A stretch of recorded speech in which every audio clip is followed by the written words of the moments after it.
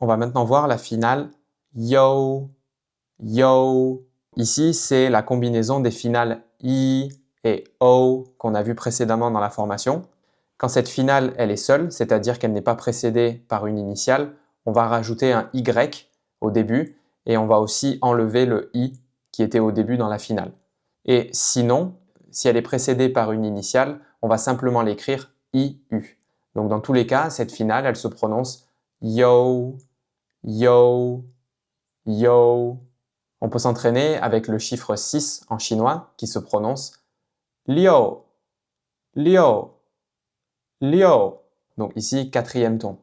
On a aussi le caractère qui veut dire bœuf en chinois et qui se prononce niu, niu. Donc ici, deuxième ton, niu, niu.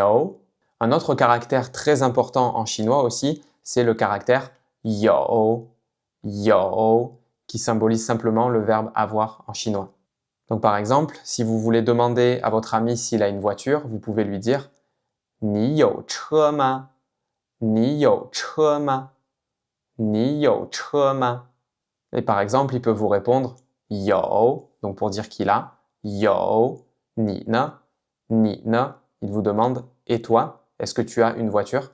Et vous pouvez répondre par wo ye you, wo ye you. Donc ça veut dire moi aussi j'ai une voiture. Alors ici, petite parenthèse encore une fois sur les changements de ton. Ici, vous voyez qu'on a trois caractères qui, en principe, se prononcent avec le troisième ton. Et bien souvent, quand c'est comme ça, on va changer les deux troisièmes tons et on va les prononcer comme des deuxièmes tons. Donc, ça va faire wo ye you, wo ye you. Alors encore une fois, ces particularités de ton et de changement par rapport au troisième ton, n'essayez pas de les apprendre par cœur.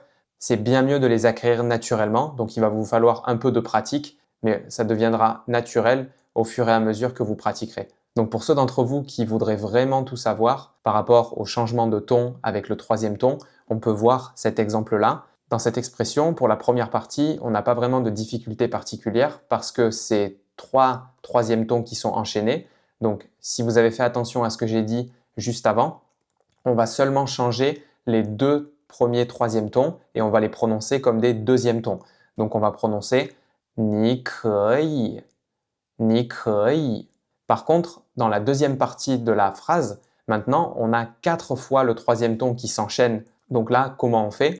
On va seulement transformer le premier et le troisième ton en deuxième ton. Donc ça va faire 我也可以，我也可以. Donc encore une fois, c'est comme ça dans la majorité des cas, mais il y a certaines exceptions et je ne peux pas les couvrir ici parce que ça prendrait trop de temps et en fait, ce n'est pas quelque chose qui est facile à trouver. Encore une fois, le meilleur moyen, c'est d'avoir ces règles en tête, mais de ne pas chercher à les appliquer tout le temps et les apprendre par cœur. Vous allez les apprendre naturellement à force de pratiquer et d'entendre les Chinois parler.